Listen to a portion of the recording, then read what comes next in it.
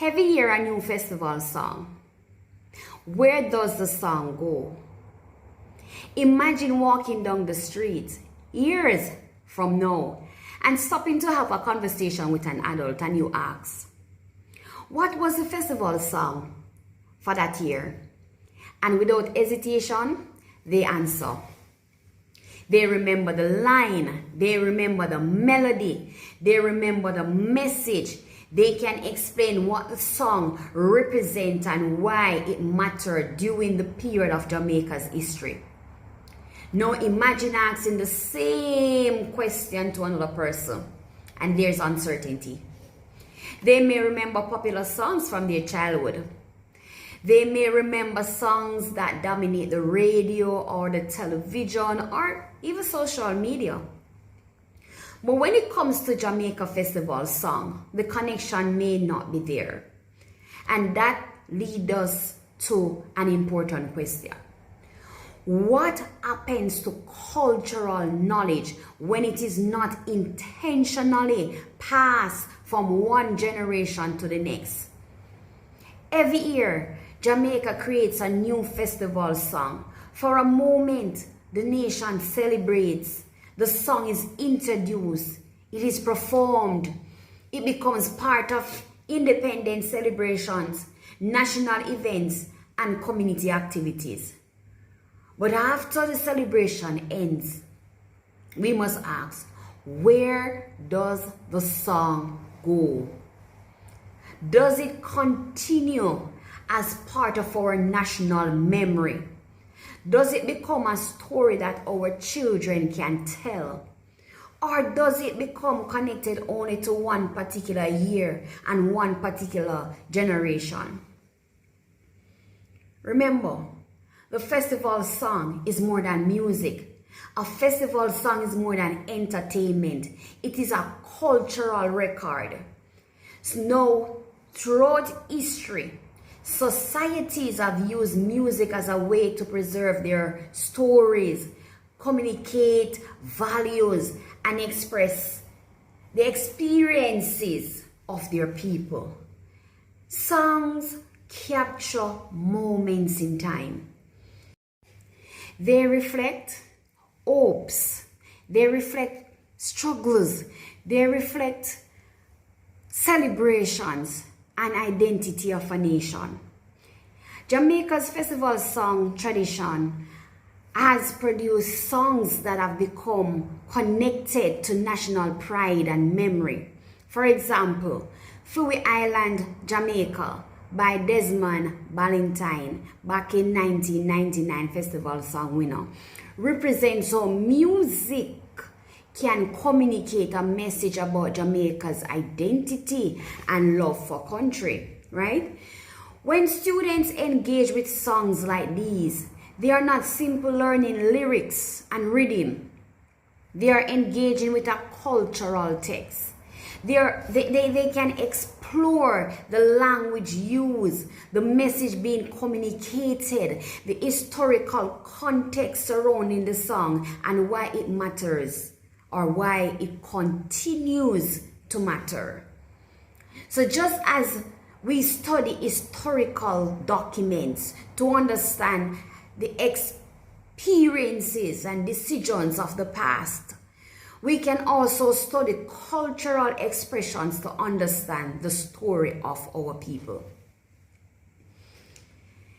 Building cultural memory, and so, as a result, we want to build cultural memory. And we're looking at from primary school to secondary school. This part is crucial. Now, if we want future generations to recognize and appreciate Jamaica's festival songs, the relationship with culture have to begin from early.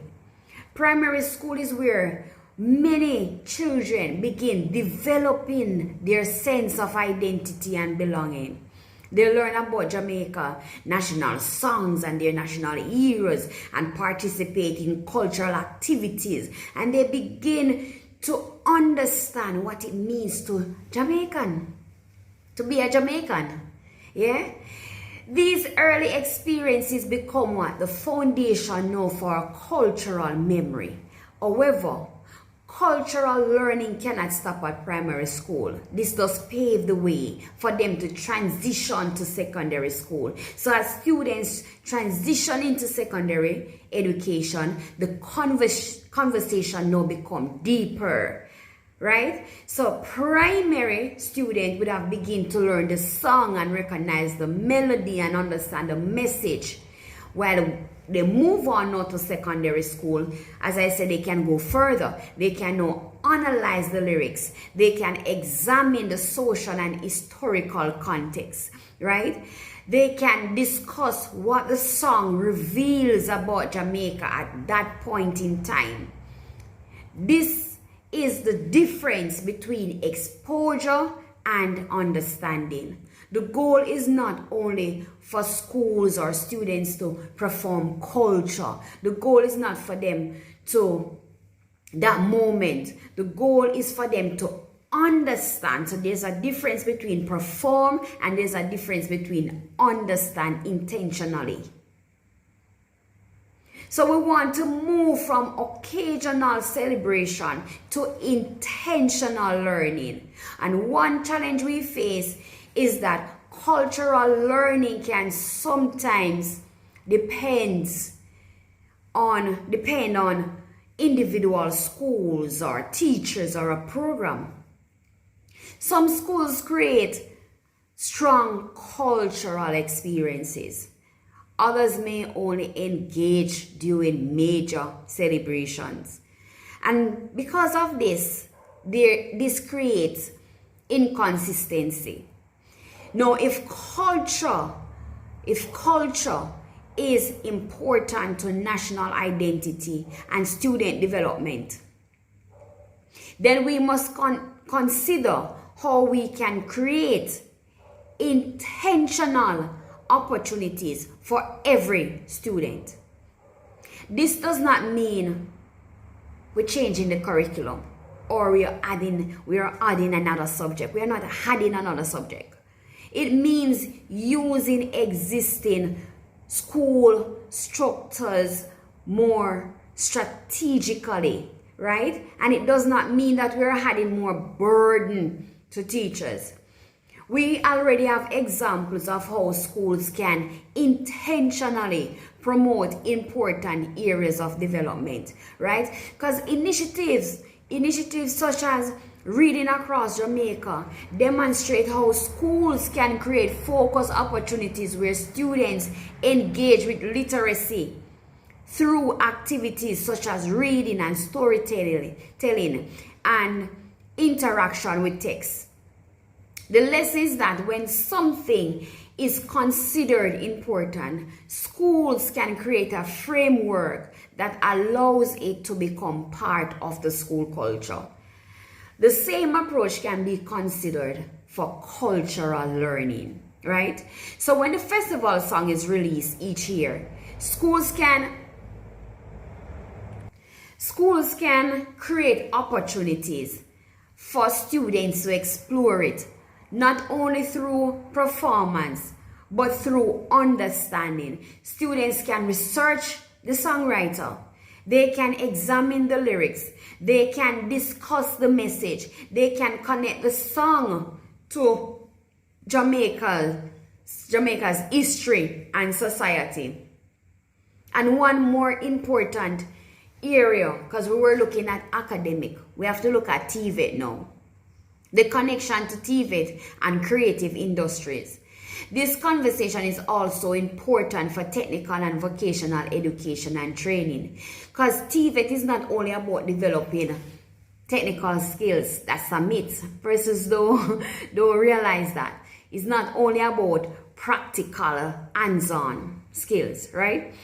It is about preparing individuals who understand industries they are entering and society they will contribute to. Many TVET areas are connected to culture and creativity, beauty, fashion, hospitality, entertainment, entrepreneurship. They all influence by cultural expression. A cosmetology student, for example, is not only learning technical service. That student is entering an industry shaped by creativity, identity, trends, and cultural movements. Now, understanding culture helps students recognize the value of their skills and their contribution to Jamaica's creative economy. And this debate, we can look at, does this take away from curriculum time? However, we must acknowledge the concern many educators may have. Some teachers may ask, with the demands of the curriculum and assessments and responsibilities already placed on schools, where will the time come from? And this is indeed a valid concern. But perhaps the conversation should not be about adding more activities. Perhaps the conversation should be about integration. Right? The question is not whether culture competes with education. The question is whether culture is already part of education. A festival song can support literacy. It can develop critical thinking. It can encourage communication. It can strengthen students' understanding of identity and citizenship.